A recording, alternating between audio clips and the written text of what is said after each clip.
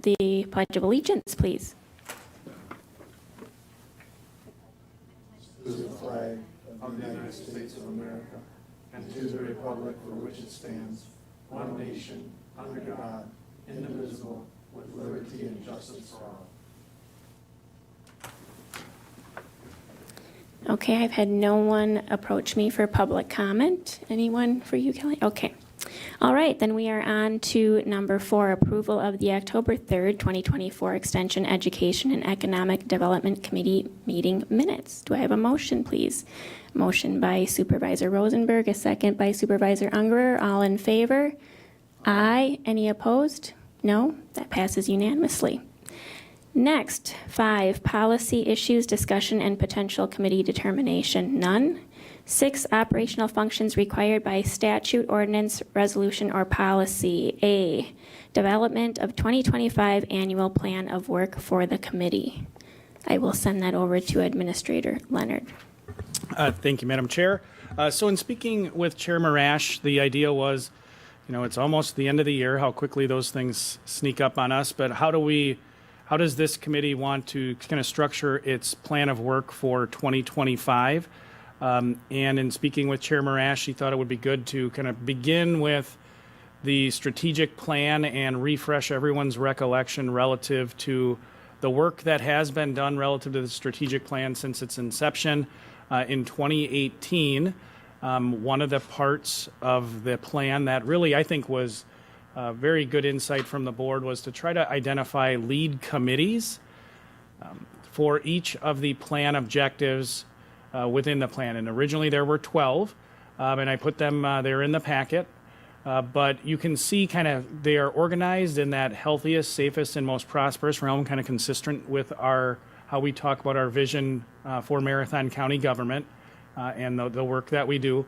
You'll see that extension, education, and economic development kind of that you actually have quite a number of areas where it was anticipated that this committee would weigh in on various pieces, everything from being a committee of support for decisions about land use and water quality to co-leading the discussion relative to broadband. Then also, when you get to the most prosperous section in 10.6, 10.8, 10.10, 10.12, really this committee had a very large role because, again, those things deal with skilled workforce and redevelopment areas, which now certainly is something of value. But that was back in 2018. In 2023, the county board extended and revised that existing strategic plan and made some modifications to it. Certainly of note are the areas of child care and housing. You identified additional goals and objectives as a board for each of those areas and incorporated them in the plan. And I'm not going to go through them in detail. The plan is in your packet for you to review. But in speaking with Chair Marash, she thought that was, again, a good way to start that conversation of what are the things you want to hear about from staff in terms of reports, but also what do we want to start talking about as goals to accomplish through that annual plan of work. And in preparation with Chair Marash, we put together just a couple of areas, one of which is on your agenda today, a specific item. But just things that you've been talking about, and again, childcare and housing and homelessness were, I talk about housing, homelessness is in there as well. Those two areas were things that, in speaking with the chair, she thought we want to make sure we identify what those areas are, including the identification of really outcome measures for the work that would be envisioned under Amendment 1 of the 2025 proposed budget. But then also just two things, additional things we brought up, one of which again is on your agenda, the UW Stevens Point Wausau campus. A work group is currently meeting that was formed by Chancellor Gibson to really look at that campus and try to see what are the opportunities that exist to kind of revitalize and ensure it remains a community asset. But then also the not to take us back too far, but the conduit bonding issue that was dealt with, I think that actually started in 23, but certainly in 24, there were conversations at this committee, at the full board, at HR Finance, about how really we need to look at, or how we should look at conduit bonding requests that are permitted under state statute. What's the process that we want to go through to review those things? So those were just some of the areas that, in speaking with Chair Marash, again, going through kind of what should guide our plan of work. The strategic plan is always a great place, but also what are the things that have been kind of top of mind for this committee over recent months, and those were a number of them. But I'll take notes throughout your discussion, and I don't know, Chair Marash, if you were looking for anything more from me, but I'll take notes, and then we can put together a plan of work to have those frequent updates. As you see on your presentation today, we have updates. Chair Marash can give an update on the Chancellor's Work Group, and I know Supervisor Robinson serves on that, as do I. So with that, I'll be quiet for a while, or at least I'll try to, but that's always hard for me. All right, group, are you ready to discuss? Our Supervisor Robinson and I had talked several times about getting together, having a joint meeting between HR Finance and Property and the Triple ED Committee to discuss moving forward with what we want to do with the dorms and other excess properties that we have. So that was just something to think about. We can talk about it more during the announcement period, what days you think would work. There is a meeting for HR Finance and Property later this month that might work if it works for this group to join that one. So just put that out there. So that's one thing I think we need to put on the work plan, is to deal with that, because it's kind of just costing us money at this point. And to redevelop properties, that's one area that would be good, in my opinion. So anybody else have ideas? Yes, Supervisor Lemmer.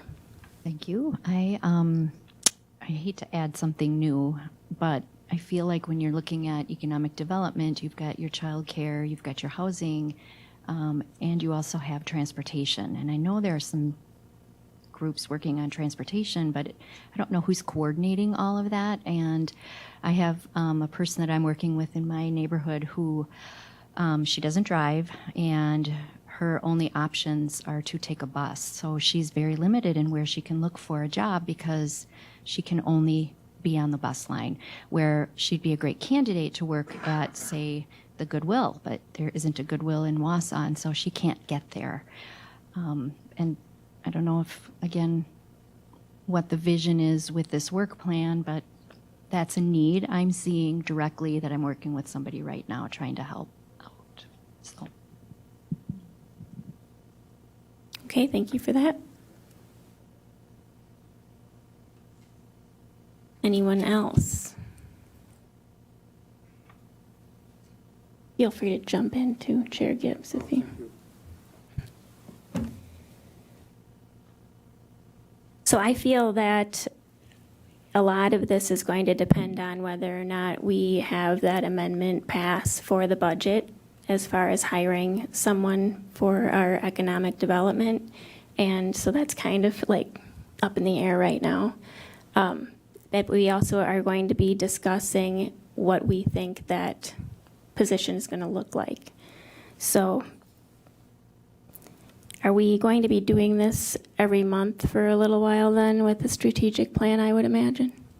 Sure, I can bring back kind of some additional notes. I mean, I added that transportation as an economic development issue. If you have areas where you want me to do some research on what other counties are doing, I think I can do that. On the child care issue, it just occurred to me, with the contract that was just signed based on the board action earlier this year, I can try to work with Kelly to incorporate her reports that are required under that contract to come to this committee.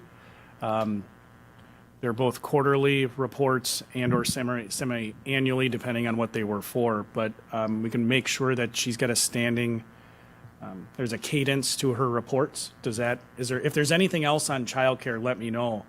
But I can certainly make sure that there are those reports coming? Yes. If I could just chime in relative to the transportation issues, the transit plan for the Metropolitan Planning Organization was recently redone, so you might want to start with that, and that involved the 13 communities in the metro area. In context of what other counties are doing, you might want to reach out to Paul Decker from Waukesha County, the Southeast Regional Planning Commission, but in particular Waukesha County was looking at transportation as an economic development tool and getting people to and from jobs and to and from opportunities. So they've done a lot of work, and between Paul and or the Regional Planning Commission, that would be a great place to start. Okay, thank you for that, Supervisor Lemmer. Yeah, I guess I want to be clear that I'm not necessarily suggesting that we start something new. I think there's a lot going on, and we need that coordinator, which that position that, we're hoping for. I'm not sure how open that would be, because I think in my mind, I thought that was for, the in-rem or the property dispersion. But I feel like we need somebody to coordinate what's already happening. And I don't know if we already have staff that can do that, or if that's a committee level thing, or if there's somebody out in the community, or I just would really like to know more about how we can dial it in so that we're more efficient. Great, thank you for that. Anything else? Okay, homework. All right, we'll move on to 6B, recommendations for performance goals associated with activities referenced in Amendment Number 1 of the 2025 annual budget. As part of items 6A and B, the committee will review the current strategic plan and county's recent initiatives and discussions regarding housing and childcare, which we just kind of already did. So, but going over, I believe that you probably received that memo regarding more about what we envision for this position if Amendment 1 passes. And does anyone have anything that they'd like to add or any comments they'd like to make on that?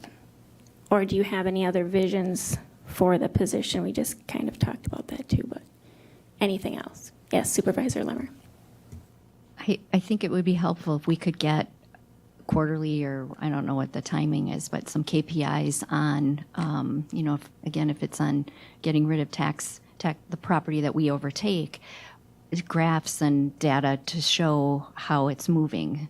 And that would require somebody who's going to be able to crunch the numbers and keep that data. As far as with housing, I helped craft this, and I was pretty serious about number 4, trying to be preventive in when people are delinquent and getting that notice, that there is a list of things that they can do before they get into hot water. And I would like to know what's being done with that. So I don't know if we can have the Treasurer's Department show us what they're sending to people when their things are, when their property taxes are delinquent. But just to start with a baseline, what is our baseline? What are we doing to try and prevent it? And then what's happening when they hit, like, I don't know, in the education world, we have our tier 1, our tier 2, and our tier 3 interventions. I'm assuming it's similar with that. Thank you. Did you have a comment about that? I think that's a great idea. I did reach out after you brought that up to me to just talk with the Treasurer's Office to see what those communications have been. And as I shared with Supervisor Lemmer, and HR Finance has talked a lot about that tax delinquent list. The plan moving forward is in the very near future to send out just a general delinquency notice to, first of all, let people know that if they haven't paid. We are past practice the last several years, as I understand it, is we send a delinquency notice for the most current year, that if you have not paid, so within this year, for example, if you were delinquent, you would have gotten a letter that said, hey, you're delinquent on your 2023 property tax bill. But there's not that notice doesn't say, hey, you also didn't pay in 2021. And we have a number of properties, if you look at that list, it's pretty interesting, where people have a gap where they are now current. They have been current for a number of years, but they have past due balances on the property from 2020 or 2017 or a period of years. So the first step that HR Finance is taking is directing staff, my office and the treasurer, to send out that broad, if you didn't know, here's your current balance. But to the later steps, kind of that prevention piece, when we do look to move forward with tax foreclosure, the statutes require you to be 2 years delinquent on a tax certificate. So generally speaking, how that's played out is people have not paid for 3 years in a row, the most recent 3 years. By that communication, I think there's certainly something we could do differently that says, hey, we are going to proceed with tax foreclosure, and we can beef up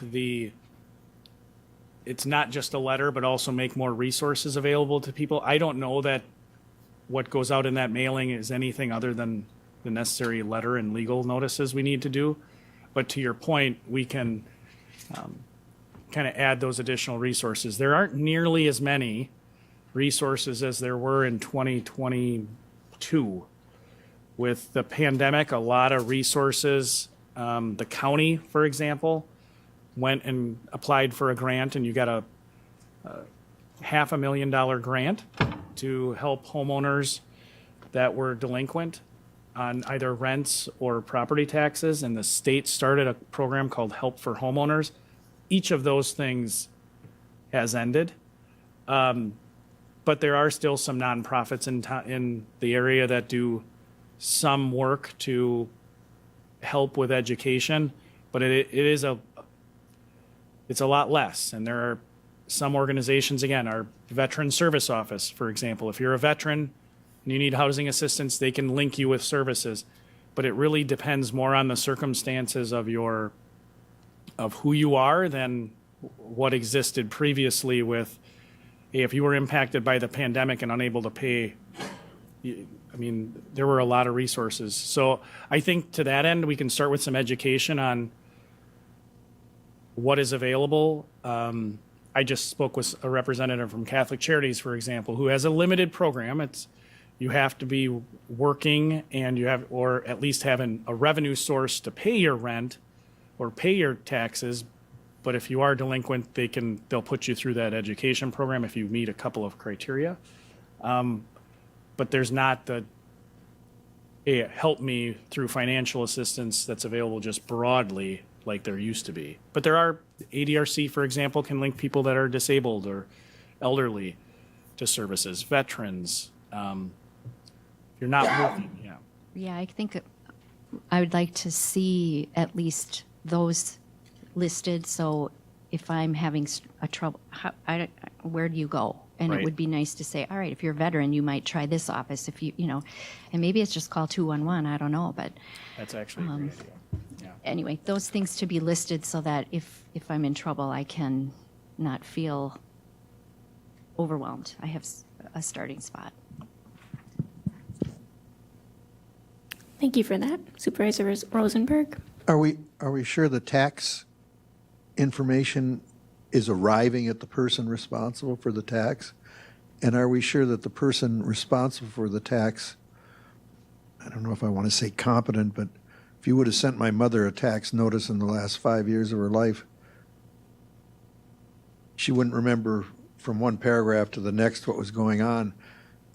It's not that they don't want to pay the taxes, just that they don't understand it, and it gets Yeah. put aside. Is that, and I don't know how you control that, or if that's even an issue, but I'm sure that's an issue, and I'm sure if, given the number of these issues that come up, I'm sure the answer to that question is no. We can't assure that first that the individual is getting the mail they need. The foreclosure process by state statute, not ready for a quiz on the tax foreclosure statutes, but it is there are requirements relative to mailings. I believe there's certified mail required. Our intent with this broader, just, hey, you have a past due amount, we're just going to send it normally through the mail, standard postage, which has some advantages actually, because it gets forwarded to, from my past life as a prosecutor, we would do that. You send something certified mail and no one would sign for it, it'd come back. Maybe they moved. When you just sent it normal mail, if they moved a couple places, they might actually get it, which was really effective, more effective in that scenario. I don't know. We'll see from the KPIs that Supervisor Lemmer referenced. I mean, we have a pretty good, I think, data source to see whether or not our work to address the number of properties that are tax delinquent through these processes, whether there's movement. I think we have some good numbers. They're not perfect, but they're a good data source to work from.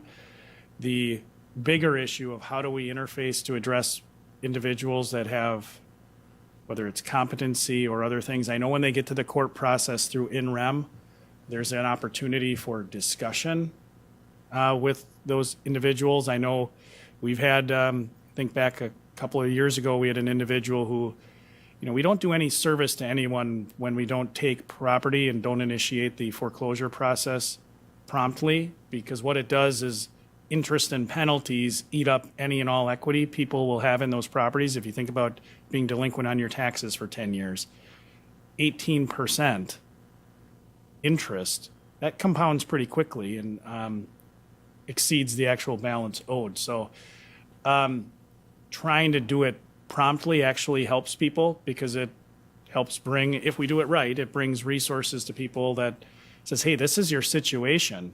Maybe staying in this home, while it's something you think you want to do, maybe isn't the best thing for you. Let's sit you down with resources through, maybe it's the ADRC or some other entity to sit down and discuss options.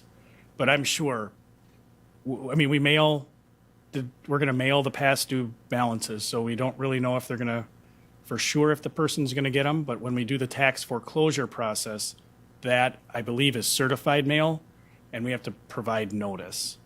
And then they have to come to court, and they'll get continued court notices. I'm just thinking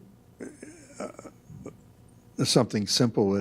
There are people that aren't necessarily unwilling to pay their taxes, but just it's fallen through the cracks, or they. Yeah.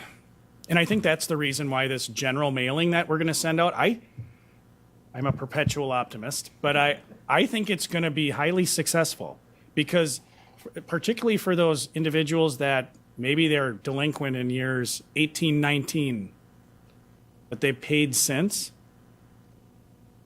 Well, it's not surprising, because they haven't gotten a notice that says you're delinquent from those years and they've paid every tax bill since. Legally, we could foreclose on that property because those tax certificates are more than 2 years old. But my hope is that those individuals are going to see that and say, oh my, I didn't know, and pay. Again, I'm a perpetual optimist. I don't know if that'll be borne out, but my hope is it's successful. Okay, anybody else? All right, we will move on. Can I, Yes, going you on may. the KPIs for that position, or I should say for that work, because it's not necessarily a position, is, one of the things I know this committee has talked about has been, you had the presentation, I believe, from UW Extension in Bayfield County. Kelly Westland did a virtual presentation. The idea of bringing innovative or outside the box ideas of how to stimulate housing growth. We'll certainly work with the tax delinquent properties. That's a part of this, but from my perspective, if the budget as it currently was published which did have that funding in for this work, isn't taken out, my thought is it would be helpful for me to understand what some of those deliverables would look like for you, whether it's a presentation on some things other counties are doing. That's an output, but maybe an outcome also, or an output also, would be evaluating currently county-owned lands that are ripe for redevelopment and assisting in that work, which you alluded to earlier, Chair Marash, whether it's mean, we all think about the dorms, or we think about the Thomas Street building, or our River Drive buildings, but even just the county-owned parcels. I know Bayfield did a really innovative thing, I thought. They had county forest land that there was utilities, water and sewer utilities adjacent to it. They swapped out, this is probably an oversimplification, but they took that county forest land and redeveloped it. And there's limitations on what you can do with county forest land, of course, but if you can get it out of county forest land and put some other land in, that sort of land capability index or evaluation of our county-owned land strikes me as a good opportunity. Again, we have some that are, you guys, the board has approved a number of property sales in the last year. I feel like I've attended enough closings that I'm good for a while, but we could sell more. So my hope would be that one of those KPIs would be focused on that. But if there are things outside, I don't want us to lose sight of outside of tax delinquency. Supervisor Lemmer. All right, so impulsive here, but I've been to a couple of different housing, solutions, whatever, and they talk about looking at your zoning. That's not our thing, but has there been some sort of evaluation of, are there barriers to people, especially I'm thinking affordable housing and, housing for more of a low income area where they're not building because maybe our regulations or our fees for permitting, et cetera, are a barrier. Could that be looked at, or is that not our purview for Yeah, this I don't know a committee? whole lot about that. I believe Vice Chair Pfeifferich has talked about that a number of times, whether it's under the umbrella of zoning or whether you call it, forget the term, but it's building requirements and in terms of quality and size and other things, whether that's lot size or building size, certainly an option. I don't know that anyone has coordinated the conversation with municipalities on, because really a lot of that is in incorporated areas. We have the unincorporated areas for building permits, if they accept county zoning. But there are a lot of town-zoned towns or non-zoned. There are a couple non-zoned towns where we're not involved. But that coordination amongst the municipalities, I'm not sure if there's a whole lot of value there. It just occurred to me when you were speaking, though, that there were, I can arrange for working with the chair, a presentation. The Wisconsin Institute on Public Policy and Service just had a series of dialogues around housing and homelessness, and I believe it's 100 people participated, and they tried to get people from across the political spectrum. That's one of the things they tried to get, and they kept track of, to make sure they're kind of reflective of the community, that diversity of thought, and had a series of conversations. So maybe bringing them in to talk through what they found would be helpful for this committee. Of course, trying to bring it back to economic development. If you guys think that's a good idea, I can bring them in. I think that's a good idea. Do you think that's a good idea?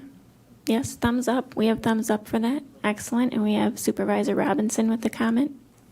I was just going to comment on that topic. The town of Wausau back in the late 1990s adopted a cluster development concept or approach.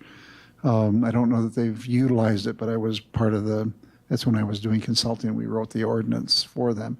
But it takes, instead of having a 5-acre minimum, which a lot of towns do, it really clusters the properties closer together and has a common area, sort of a condo type approach. So you've got your ability to have a septic system if you have failure and stormwater management. But there are other innovative approaches, and Sheboygan County, I think, has been one of the leaders in looking at this issue. And I know that from the perspective, I serve on the Wausau Waterworks Commission, we've had some discussions on some of the development fees and what the development fees do to impact or limit or restrict the ability to develop moderately priced housing. If you've got a parkland dedication ordinance and all the other assessments that are due within either at the time of development or within a short period of time, it really pushes away development. So that might be a worthwhile discussion as part of that.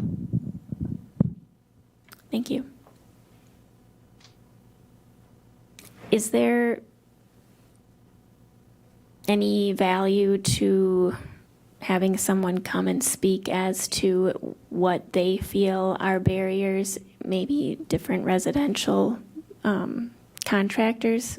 I don't know this, I'm just spitballing here. I'm not sure if that would be beneficial or not. Because I don't know, I haven't built a house in a while. I don't plan on building a house. So, Are you talking about a contractor coming in? or maybe like the, what is that they put on the Parade of Homes? Building The association. Builders Association, if a representative from there would come in and maybe let us know what they see are barriers, maybe they have a better idea of what some barriers are, I think other that- than the economy. I think that would be a very good idea. Okay. I mean, we're talking about secondhand. Mm-hmm. Tell us what's in the way. Right. I think that's a great idea. One other thing that was on this sheet that really, or on your amendment that was adopted before before the budget was published, we are going to be doing the tax foreclosure work. Again, one thing that Bayfield County did was they put a covenant on the properties that they were taking through tax foreclosure, similar to what, quite honestly, the board has done, what you just did with the parking lot that you sold to the city, that this needs to be redeveloped into housing within a prescribed period of time. Now, you would do a covenant differently, and I don't know the specifics of the Bayfield approach other than the presentation that I know a number of us in this room went to that at the Counties Association. But my understanding is they had I believe it's a 10-year covenant that says within 18 months it needs to be owner occupied to allow for someone to flip it, right, to make improvements and sell it. But then it has to remain owner occupied for a 10-year term. So that now they have a different challenge up there, of course, in Bayfield County with a lot of vacation rentals and other things. I don't know that we have quite the same challenge, but I do think, one of the conversations I've had with my peers, we got an educational presentation on just the utilization of buying of real estate as investments, right? People are, whether it's vacant land or even homes, if they buy them as an investment and essentially hold it, to not redevelop it, that doesn't help address workforce housing either. So, that is entirely a policy decision for the county board. But it strikes me that if there was going to be a conversation about doing so, that is really an economic development conversation. We could put that on it'll also go on your work plan as well. Kind of learn about it. We can have Bayfield County talk about that, and maybe they have key performance indicators for that program as well. But it strikes me that puts pressure on whoever is going to buy the properties. And you could do this, you can do that for tax foreclosed, but you certainly can do that when we redevelop county-owned property. In fact, it's easier because the only hesitance that I have about doing it for tax foreclosed property is because of the legal holding within the Tyler v. Hennepin County case that talks about any equity that the homeowner had above what we sold it for fair market value should go back to them. If we take action that would decrease the fair market value of that property, which a covenant arguably does that. Arguably, I say, maybe it doesn't, but arguably it does. We should have a process to mitigate risk with that. But either way, I think the conversation around covenants, I think, is for owner-occupied housing is, again, it's entirely up to this board. But if you want to move the needle on housing, I think that truly forces the issue for whoever is going to buy property. Supervisor Lemmer? Yeah, I was just looking at number 3 on the housing resolution or ordinance. What is it, a resolution ordinance? whatever it is. And it does say that Marathon County officials shall participate in discussions with local municipal leaders, zoning officials, and developers about how existing zoning regulations impact the ability of new housing development. So I was almost going to say, is this really our lane? But yes, it is, because it's in there. Yep. So, You've already said it's your lane, and but you get to violate your resolutions when you want.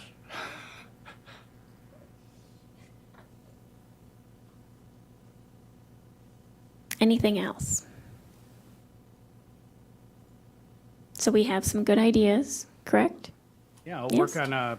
we'll work together on a work plan and meeting structure. I think you certainly have enough educational items to get you through for a while. All right, excellent. Okay, then we'll move on to 6C, continued opportunity for discussion regarding 2025 annual budget. It's going to be exciting next week. Are you guys pumped? Yes. So any other comments or questions or any discussion regarding that? Or are we just going to save it all up for Tuesday?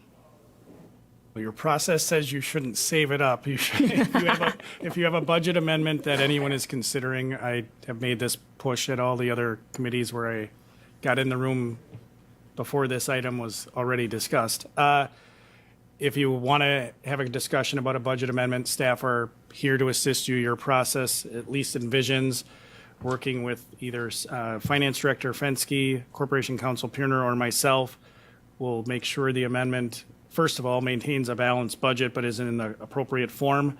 And then the deadline really envisions those amendments being submitted by middle of the day tomorrow so that they can be on the agenda for HR Finance on Monday. Have some initial conversation and consideration there before being discussed at the budget. That said, of course, your budget conversation, you can always make amendments on the floor. But the process you adopted through your budget timeline document all those months ago kind of laid out that iterative process. And I believe we have received one budget amendment from a supervisor, at least a draft they're working on. And then you have the two that HR Finance is going to be taking up that are really just accounting cleanup resolutions. Okay. Anything from the group? No? All right. Then we will move on to 7, educational presentations and committee discussion. A, McDevco monthly report. Kim.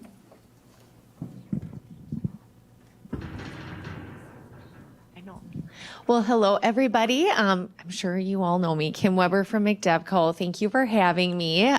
Just want to kind of articulate what we've been working on as a new phrase I've started saying is educate, incubate, and finance businesses in Marathon County. So at the top, you can see that we offer gap and microfinancing to small and expanding businesses within Marathon County, whether they're at the startup stage or at that really exciting growth stage, or they just need some assistance getting over maybe some rough financial humps in their business, we're there to assist. So we offer gap financing where we work with a lead lender, typically on a larger project. I'll be transparent that with the interest rates, this has been a slower sector for us, as well as lenders. You're all aware of kind of the market right now. But through great collaboration with Marathon County, we've amended our current agreement relating to the Marathon County Revolving Loan Fund to add microloans. So we're doing loans at 3% interest up to $25,000 to small businesses in Marathon County. This has been one of our fastest growing categories, and we've dispersed quite a few funds with our city and county funds to assist businesses for a variety of uses, from working capital to true expansion projects. And very exciting, quite a few of those recently have gone to assist vacant properties in our downtown or near our downtown. So helping place folks in spaces has been very exciting for us as we continue to grow. And we're able to dovetail the resources that those microloan clients need. They traditionally need more assistance with business planning and finance and just some of those technical assistance pieces. We're able to offer that throughout the process and afterwards. We also administer the private on-site wastewater treatment system loan fund. That's about 17 months old now. I would say our fastest growing category of loan funds ahead of microloans has been the Peltz Loan Fund. We've dispersed just shy of $200,000 in that time, and we're continuing to process applications throughout the winter so that we're ready to fund in spring. The weather this year has been truly unique, so the rain has deterred some of our clients, but we've made the terms in partnership with CPZ amenable so that they can have those commitment letters for a longer period of time, and we can get to work right away in spring with no delay on our end. We also offer entrepreneurial development and education resources. We try to really stay in our lane here and offer some things that are unique based on feedback we're receiving from entrepreneurs or based on items that we notice entrepreneurs need the most assistance with. Some of our programs, for example, sales and use tax training, we target actually towards accountants that serve small businesses because tax law is very unique and accountants aren't always up to speed on that. So how do we impact our larger community by going directly to the folks that serve them? So we've enhanced and changed some of our workshops.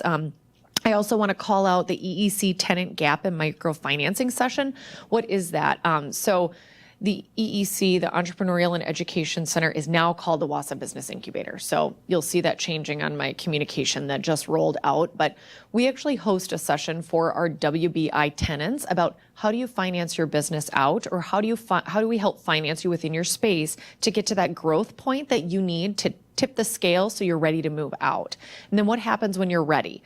How do you capital stack your project, be it with McDevco, SBA, community resources such as rehab loans, and how do we partner with the 59 municipalities in Marathon County that work with McDevco to place you into properties that might be in advantageous areas for you to occupy based on incentives they're offering. So that specifically is geared towards our tenants because we want to ensure that they're staying for a reasonable amount of time, but we're also giving them the tools to take that next step. Other notable call-outs, the UW Law and Entrepreneurship Clinic. UW-Madison has a legal team of students and professors that come and offer their free legal services to rural Marathon County. They come every year. Their focus is on rural communities and how they assist. And what's great is we can provide this resource throughout the year to our clients that come to us and ask some of those basic legal questions. That's a free resource they can leverage. Then finally, we hosted our Women's Entrepreneurship and Leadership Summit. We were at capacity and probably need to look at a larger space for next year. So that's very exciting that's growing.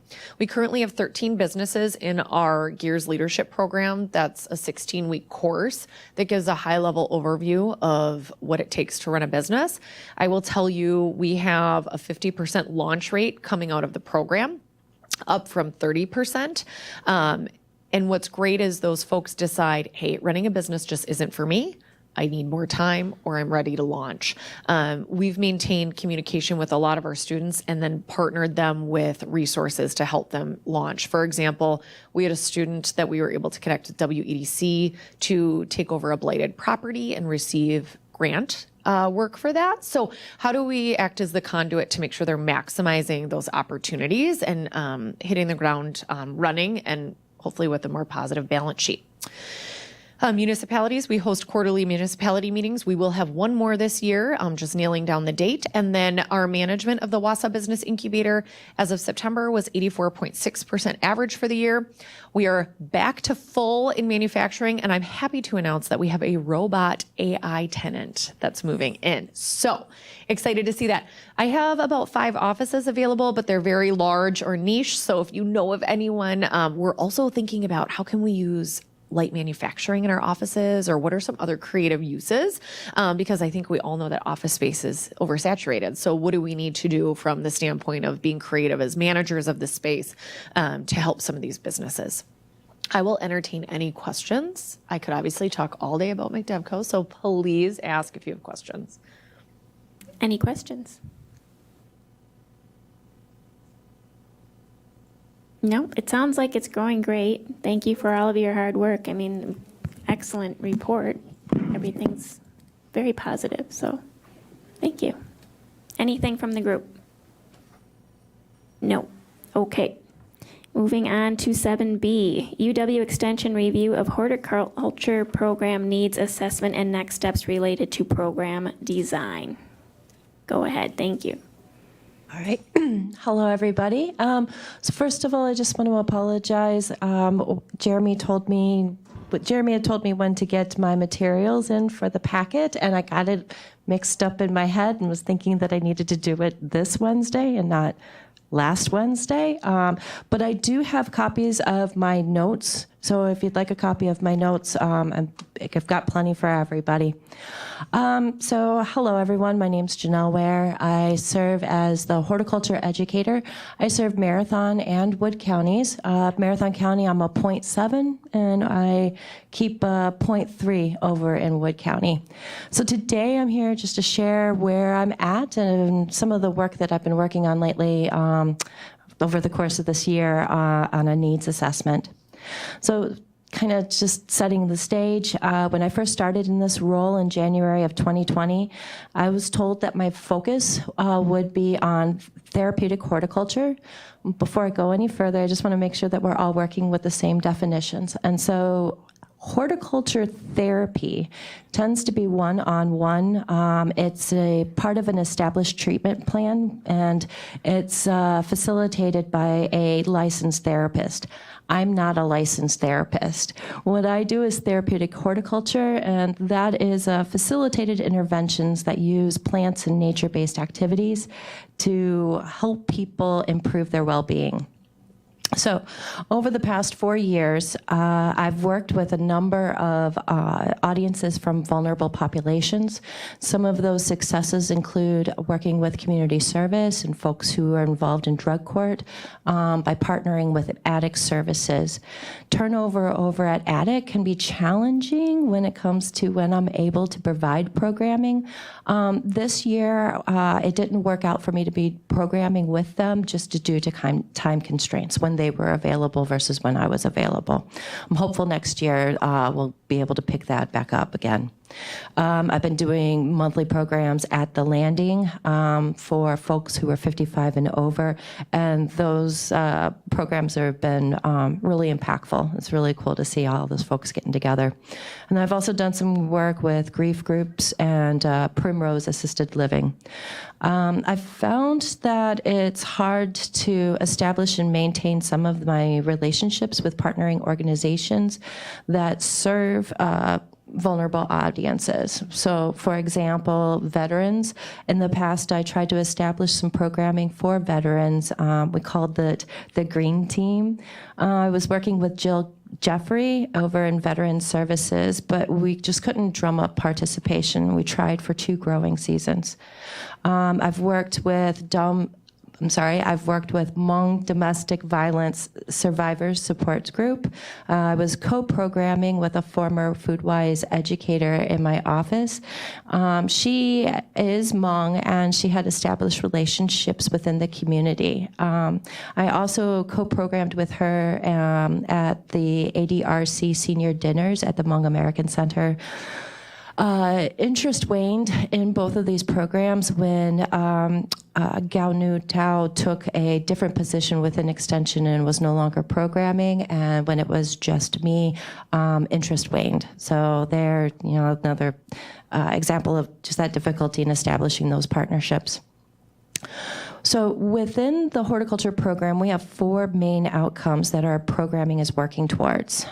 Number 1, reducing pollution due to horticulture input misuse. And so that's going to be things like misusing fertilizers and pesticides. Reducing pollinator decline due to habitat loss and pesticide misuse.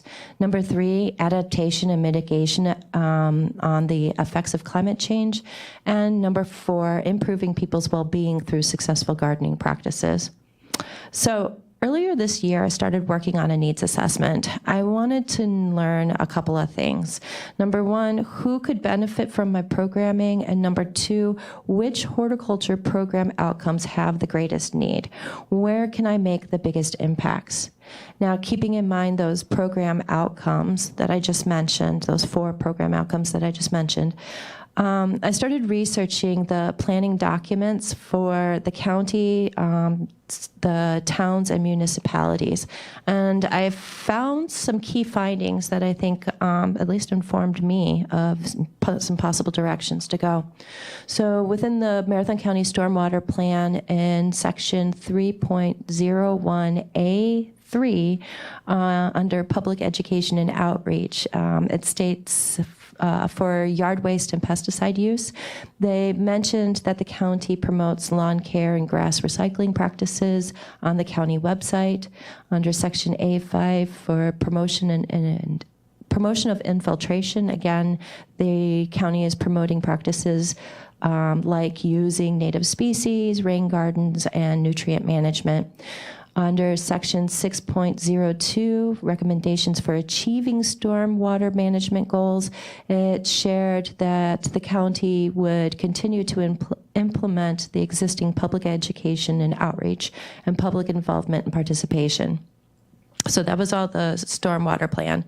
Then I looked at the Wausau Comprehensive Plan from 2017, and under the Natural Resources section, under Objective A, it states protect vulnerable resources, engage public education campaigns that will increase awareness of environmental issues and good stewardship practices.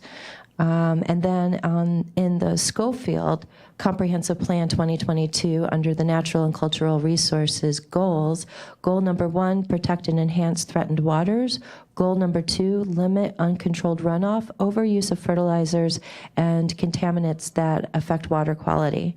The action item listed under that goal is to work with the Lake Wausau Association property owners to educate them on the best management practices for lawn care adjacent to water bodies. And then they've got another goal, goal number 3, to maintain water quality and preserve wildlife habitat, and to continue to educate about the best practices to maintain surface water quality. That action item is to form partnerships and provide education to support goals. So, and that got me thinking, my program could really, just fit in and nicely complement all of those goals. So from there, I started developing a simple needs assessment. I've got a list of stakeholders that to include. And those are going to include groups that are serving underserved communities, so Hmong American Center, H2N, local residents and home gardeners, horticultural-related businesses, so Sue's, Rib Mountain Greenhouse, Clearview Greenhouse, and Schumacher's Family Tree Nursery. I'd like to talk to a couple of the local garden clubs, the Master Gardeners and the Wausau Garden Club. There's a few government agencies that I think that would be really informative to talk to, including the Marathon County Board of Supervisors, Solid Waste, the Sustainability Committee, Marathon County Land and Water Conservation, and Social Services. There's some environmental and conservation groups that I think that would be good to talk to, including Wild Ones, Citizens for Clean Wausau, and the 7th District Citizens Climate Lobby.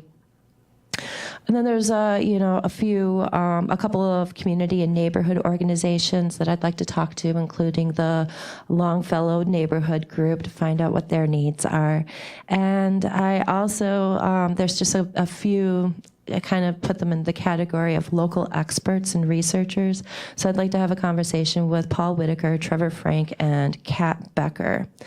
And the questions that I want to ask everybody is, what are the key issues that your department or organization are working on related to horticulture?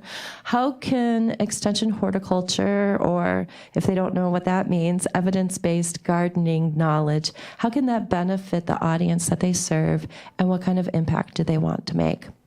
So my original intention was to come to you today with all of the conversations completed, the data analyzed, and the conclusions summarized. And I apologize, I'm not there yet. But I did want to just give you an update and let you know where I'm at and what I've been up to. I would say the largest obstacle this summer was to getting this accomplished was I had an It's a really good problem. I had an enormous uptick in diagnostic questions. So between Wood and Marathon counties, I saw an increase in horticultural inquiries from 80 in 2023 to 331 so far this year. And that works out to be a 314% increase. And this told me two things. Number one, I need to rethink my programming next growing season. Answering diagnostic questions takes time. So I need to make sure that I'm scheduling programs around the growing season.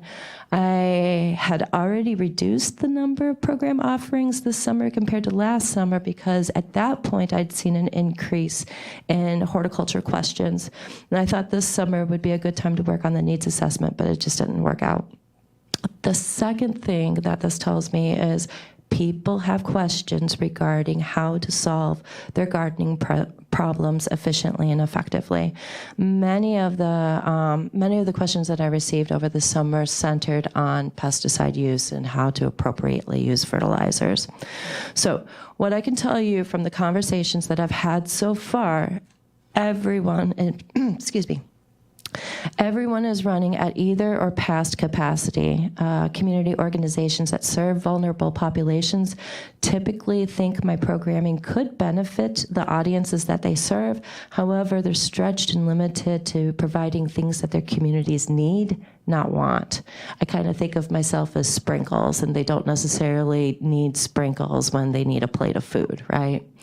The other thing is sometimes when I have a program in which the intended outcome is not directed at increasing indicators of well-being, but instead maybe something along the lines of reducing pollution, the simple act of meeting in a group has therapeutic benefits, even if we're not measuring them. So I kind of came up with an example. I haven't done this, but this is kind of like a dream of mine, something that I want to try to accomplish next year, would be if I did a composting program over at the Harris property. So the Harrises are the folks who are behind the From Laos to America, the museum downtown. They own quite a bit of property, and they invite Hmong families to come and garden there. And if I recall correctly, it's either 50 or 100 families are being served by this land. And I know after talking to some people that they could benefit from a composting program. And so I'm kind of imagining if I'm there and I'm doing a composting program, and if I'm evaluating the success of that programming, I'll be evaluating for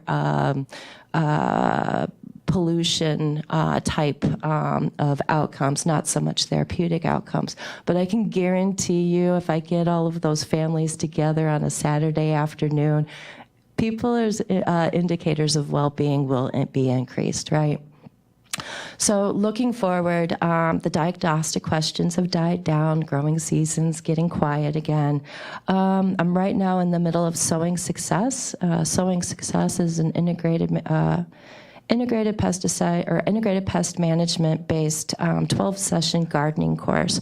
I offer it in both Wood and Marathon counties, so that's keeping me busy right now. I'm also still doing monthly programs at the Landing, the Wausau Branch Library, and Mosinee Community Education.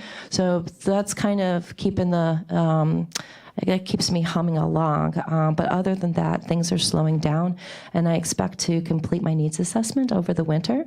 And then I'd like to come back and share with you at that point what I have discovered.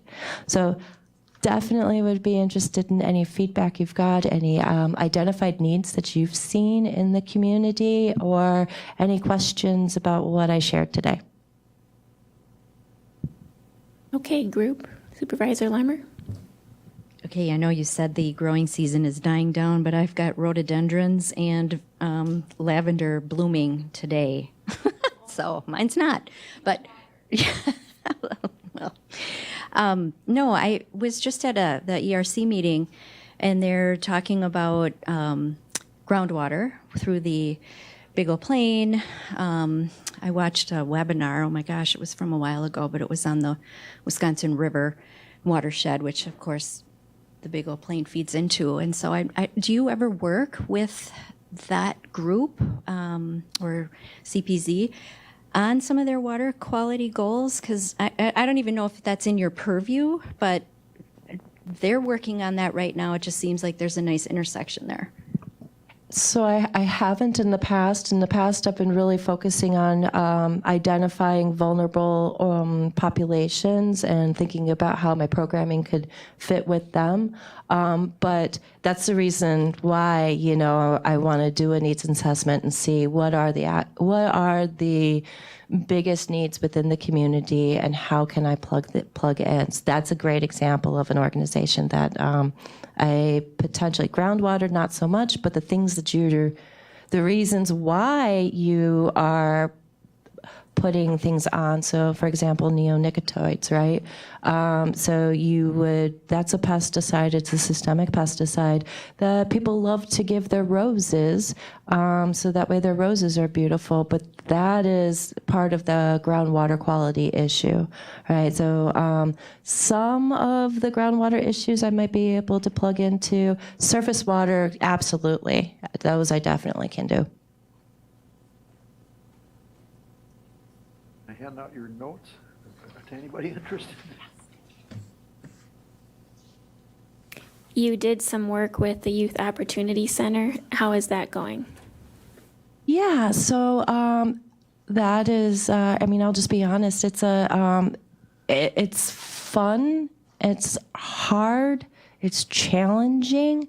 Right now we're on a pause. They had turnover with them and my colleague in my office, the 4-H educator. She wants to partner with me and so and do some youth development with those kids.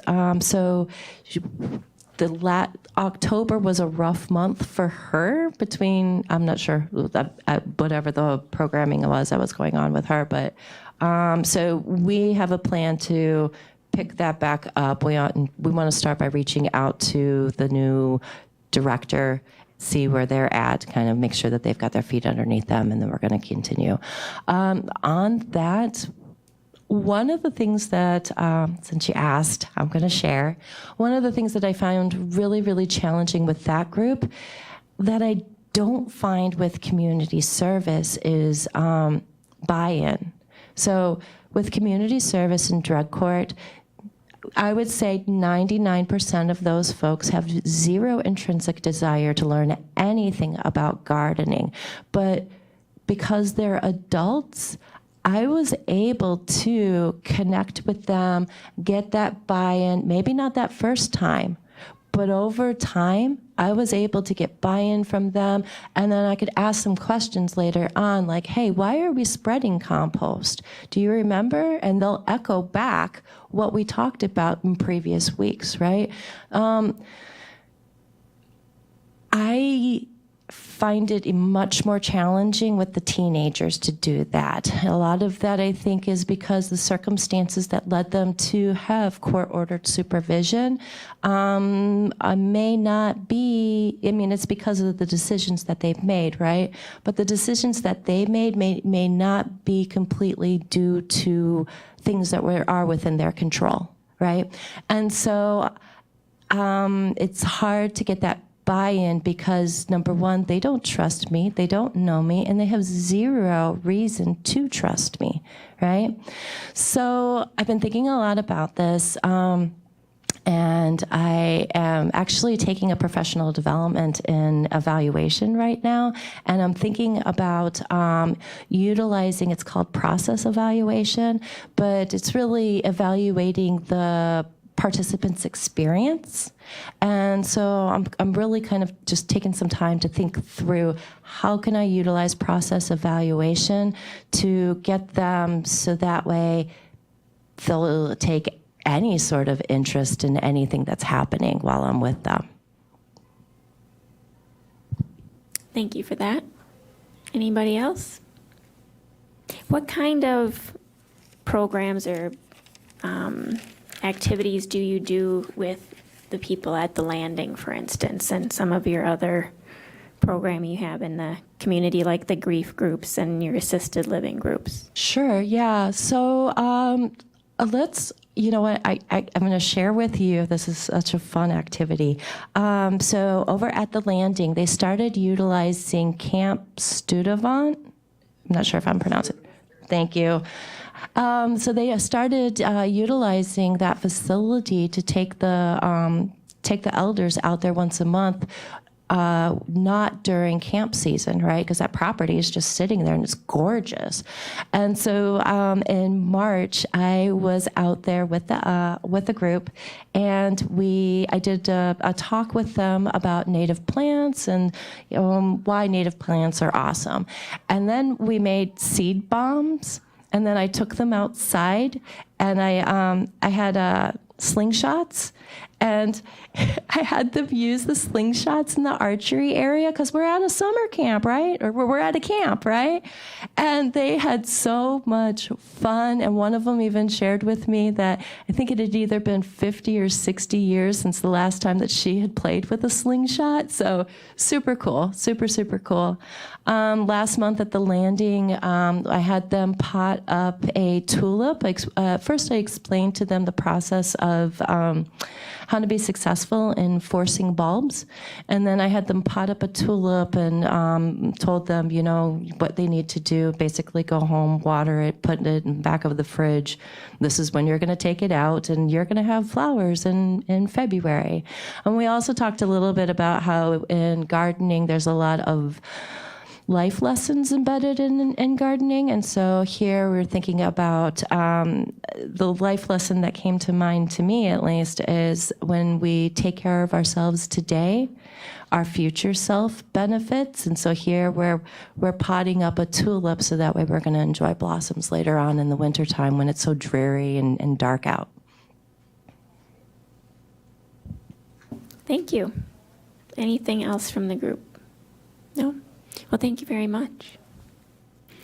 Okay, then we will move on to 7C, the chair's report on participation in the UWSP Chancellor's Work Group. All right.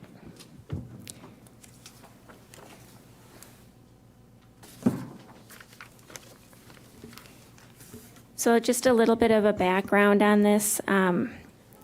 There's been a significant change in the makeup of the student body, and please feel free to jump in if you have anything to add, or if you have any report you want to give. I know you're not prepared because you're not officially on here, but jump in if you want to say anything. So the university overall is using 21% of the campus footprint, and we are just trying to develop recommendations to create a vision for the future of the campus based on the university, the city, and the county needs. Also align a vision with the cost to manage campus facilities because it is quite expensive, and advise on partnership opportunities aligned with organizations to lease and utilize space on the campus. Advise a communication plan to inform stakeholders of the quality space available for partnership on the UWSP Wausau campus. So we're working to deliver a set of written recommendations to the UWSP leadership addressing those bullet points that I just went over. And then we will share them with this group and probably the whole board, I'm guessing, at some point.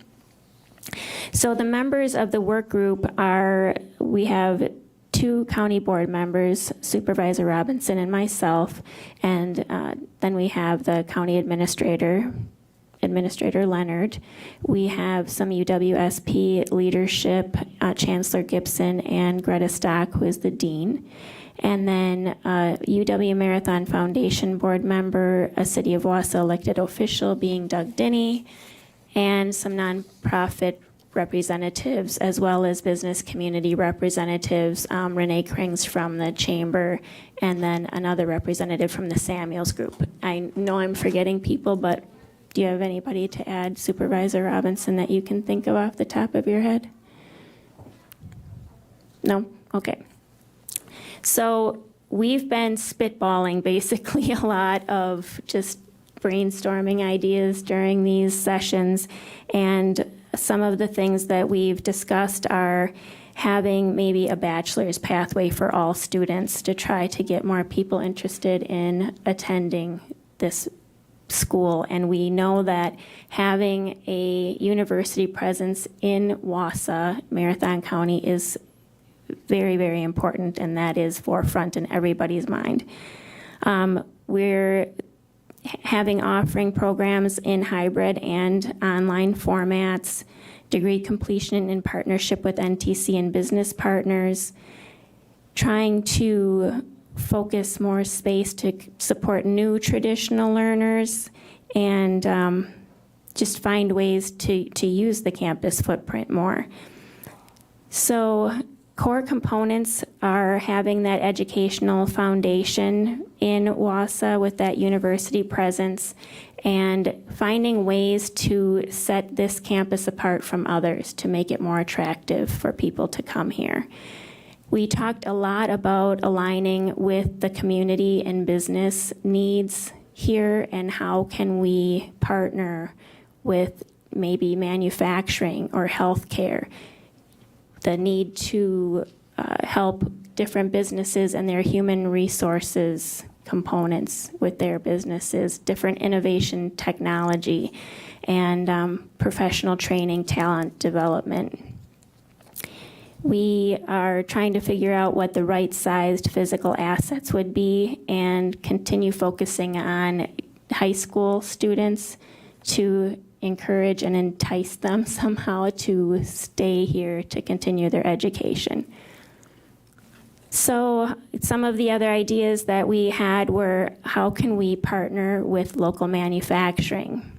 Maybe even with our childcare, what we've done with our cohort scholarship program, how could we maybe even incorporate that with the university here? Maybe have some kind of a child care center where we would have hours available to community members that would go until 9:00 p.m. because we don't have that offered anywhere else right now. So we're thinking regionally, we're thinking branding. We also talked about just signage and how a lot of people drive by and they don't even realize that they're there. So how can we make that a little better? Let's see, what else did we have? Other innovations that we discussed were supply chain distribution warehousing programs and partnership for progressive agriculture. So we've discussed a lot of different things, and we're continuing to meet. We're meeting one more time for sure, and then we'll have more of our whole final, hopefully, ideas to bring to the group. So anything to add, Supervisor Robinson? Well, thank you. I'm there representing the Human Resources Finance Property Committee from the perspective of what are we doing with the buildings. And I think at our first meeting, there were lots of ideas of how people could use the space with the expectation that the county would continue to provide it free. And we said, I don't think that's necessarily the case. I think we're committed to the university setting, but not necessarily a community center. I think that's a discussion that we'll have to have. And I think what we've done is begin to look at, are there buildings that have opportunities for other uses? The arts building, I think Administrator Leonard is looking at the field house with the Parks Department from the perspective of community use of that building. And we have a number of opportunities, and I think there's been some healthy discussion. And are there some collaborative and approaches that we can have with other educational institutions of higher learning, and bring them in and put some programming in place? But it's been an interesting discussion. I think some of the alarming things are the building cost. In 2025, the university is projecting the building cost to be about $861,000 to maintain it from a utilities and support perspective. We continue to put capital investments in it, so I think that there's a need to recognize that there's a critical point where they need more students in order to be able to cover their operational costs, and we need to look at what the long-term commitment is to the facility before we invest additional dollars into the upkeep, and that'll be one of the critical discussions, and again, a point of discussion between the two committees at some future date. Thank you for that. So any questions or comments? Supervisor Rosenberg? In the high schools, if they take college credits, do they do that at the high school or do they do it at the campus? It's a mix. So we do have several ways that students can complete college credits. So some of them are completing it in the high schools with the high school teacher teaching a class, and then they're getting credit for the class both at their high school, towards their high school graduation, and towards college. We do have some offerings where it is one of our faculty teaching the course, and we do have some students who elect to take classes on campus. And that'll normally be in a situation where a class that they're interested in taking is not something that is offered at the high school, or where there isn't a teacher there who could run a full section of it, or we wouldn't necessarily get a full section running at a high school. And some of those students will choose to take a class online, either through UWSP or through the University of Wisconsin Online Collaborative. And we do have students who come take classes in person if it's something that fits into their schedule. I'm just thinking if you're a high school student, you're familiar with the campus, it encourages you in that direction. Absolutely. And we do really enjoy having events on campus that draw high school students in. So we bring in students from a lot of the rural schools when we have our annual Career Expo.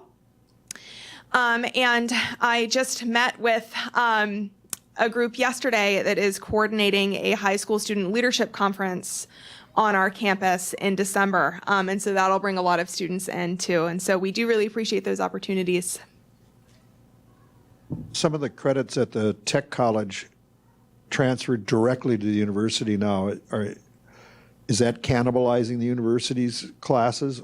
I mean, I assume the tech college is a lower tuition rate, or am I making stuff up? So I would say it's just shifted what we offer to high school students.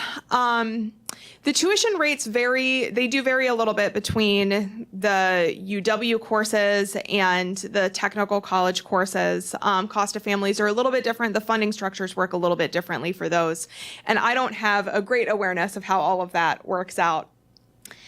I think that there are students who take classes both from a technical college while they're in high school through the Start College Now program, and others who are taking classes through one of the UWs.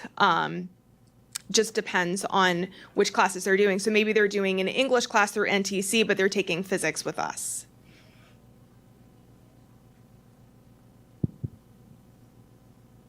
Okay, great. Any other questions, comments?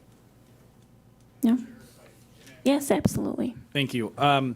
So as Chair Marash referenced, I do attend the meetings, and I just want to build on a point that each of both Chair Marash and HR Finance and Property Committee Chair Robinson referenced, particularly the costs. I think that was eye-opening for me. I think I'm familiar relatively with what the county puts in, and I think all of you are through your capital budget, what you put in to kind of the upkeep of the large capital expenditures associated with those facilities. And I think we all also recognize that despite all those significant investments, those buildings do have a dated appearance to them, and they're still in need of upkeep. But what the numbers that Committee Chair Robinson just referenced were from the university perspective solely relative to operations for utilities and general maintenance, not educational staff. So when you add educational staff and utilities and our costs, I mean, it's a significant number. And again, the whole point of this task force, it has been a fair amount of spitballing and brainstorming in those meetings, which I think has been, I hope it's fruitful for the chancellor, but it's been enjoyable. This again is a work group for the chancellor. It'll be interesting to see what the chancellor comes up with in terms of kind of what are the action steps from that, from the perspective of the university, but then also that'll inform the county. I think to Chair Robinson's point, I think the general sentiment in that room is consistent with what I've understood to be the general sentiment of the county board, that the focus is to ensure a long-term 4-year campus opportunity. But being open to what that might look like and what adjacent partnerships might need to exist. At the end of the day, my recollection from our last meeting, and I think all three of us had to leave early for a county meeting commitment, but the number of students the UW needs to break even essentially is, and I believe that was from both an educational staffing, staff perspective and utilities, is 400 a year. Certainly they're not there right now, but what is the path to get to that 400 student population? And in light of the current tuition, I mean, I think to Chair Marash's point, branding and marketing, it is a great deal. So how do we close that gap? Essentially, it's, I mean, if anyone is willing to fund, you've seen all the philanthropic people that make giant news when they put a huge endowment down for scholarships for universities. It's $2.4 million a year of tuition. That is not a huge dollar amount in my mind that for 400 students that would have that university meeting. It would then cash flow and support itself from a UW perspective, which now it does not, which I think is, my sense is that's the reason we've seen a number of the other UW campuses close. So at the same time, I think, one observation I've made in those meetings, I think there's a generally understood sentiment. We're in a great position in Marathon County. We are the largest metropolitan center. There's not much more to the north, and there's a long way between us and Superior. So how can we make sure the university is positioned well to be that viable long-term solution? I know the numbers just came out. There were a number of our colleagues in Marshfield did not.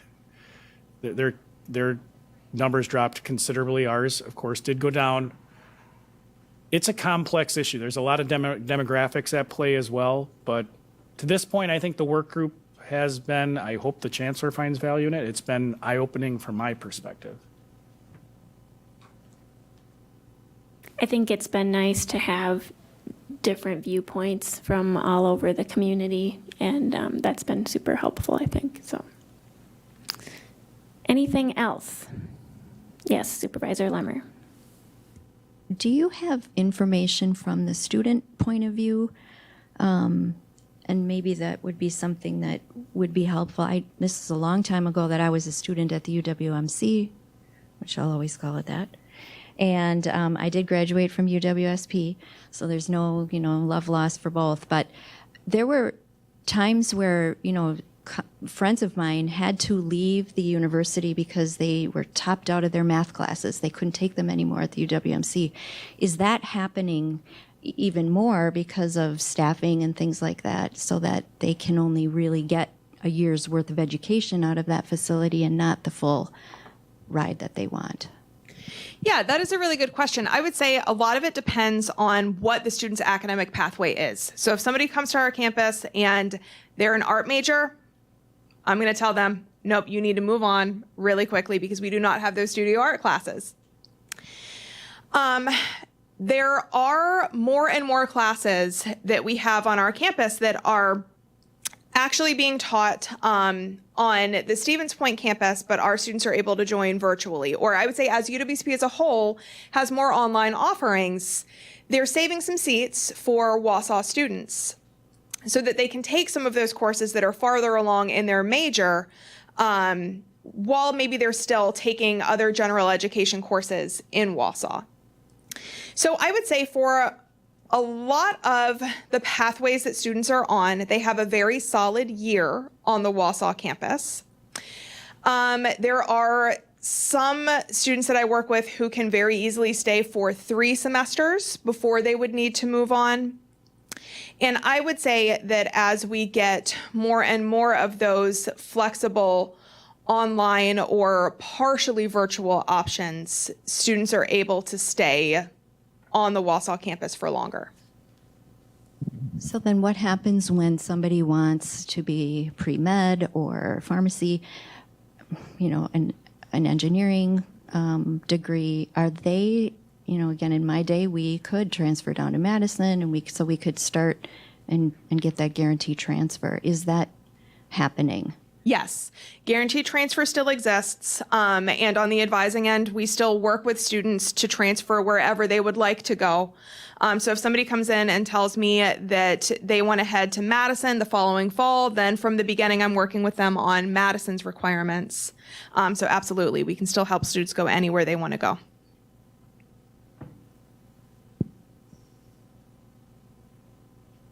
One other thing we talked about was the field house and utilizing that as a community, more for the community, and what programming we could do to offer that for recreation.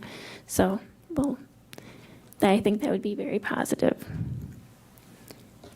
Yeah, and if I can add one thing to that, I think that we'll actually be in a good position to do that, pardon the pun, because we're going to relocate our parks administration staff to a portion of the UWSP campus as they move out of River Drive. So it's much closer to their operations staff, but also will allow us to better evaluate what those programming opportunities are. I think that's a great potential asset for the community, but also for the county, you know, for a staff wellness benefit and other things. I'm really excited about that. All right, great. So with that, we are to number 8, next meeting date and time, announcements and future agenda items. So I have a couple announcements. One, I would like to respectfully acknowledge the passing of Jackie Caratini, who was a lifelong educator, or a long-time educator, with the UW Extension, and she worked with 7 area counties, but spent most of her time with Wood and Marathon. And we want to congratulate, on a positive note, we want to congratulate Jeremy, who has accepted a position as Assistant Dean of the South Zone. So thank you for your leadership here, and we wish you all the best. Do you have anything you'd like to say?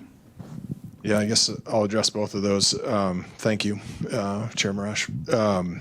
Yeah, Jackie, her funeral was Tuesday, actually. So she most recently worked in Wood County, but spent time in Marathon County as well, lived in Marathon County, and continued even while she was in Wood County to do programming here and be involved with community organizations. So she was an educator for 25 years in Extension, just an amazing human, had a huge impact on particularly Wood and Marathon counties, but really throughout the state, highly respected in the organization and across the country in Extension. So, yeah, so we'll miss her incredibly and appreciate the recognition of that.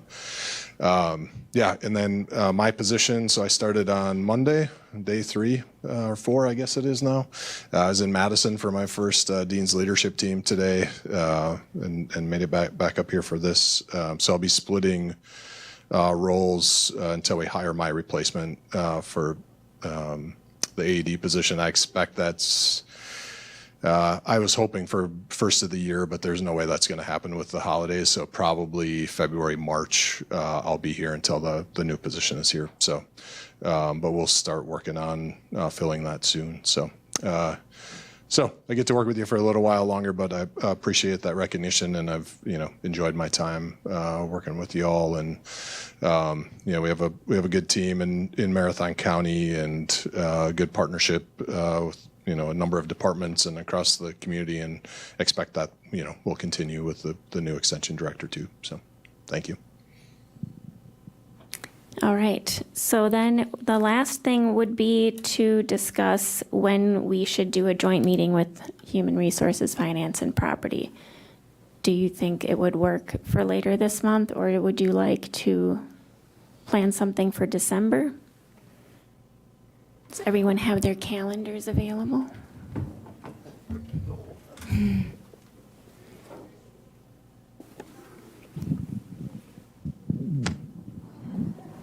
When is your next meeting? So our next meeting is the 19th of November at 3 o'clock. That's a Tuesday. And then your next meeting would be the 5th, and I believe ours would be the 11th of December.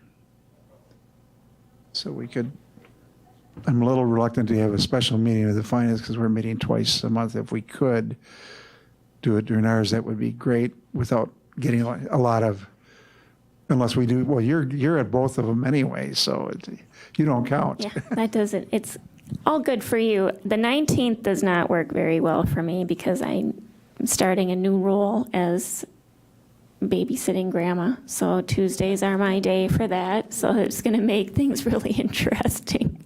But the 5th or the 11th of December should be fine for me.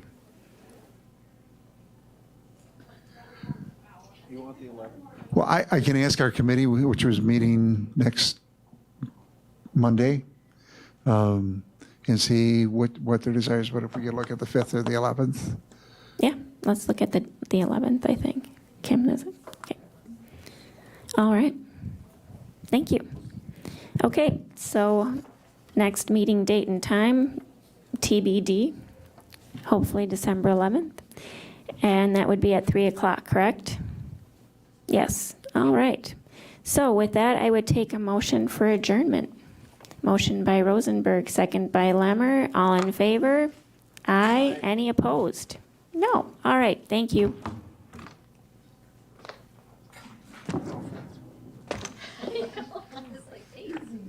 You're going to be here no matter what.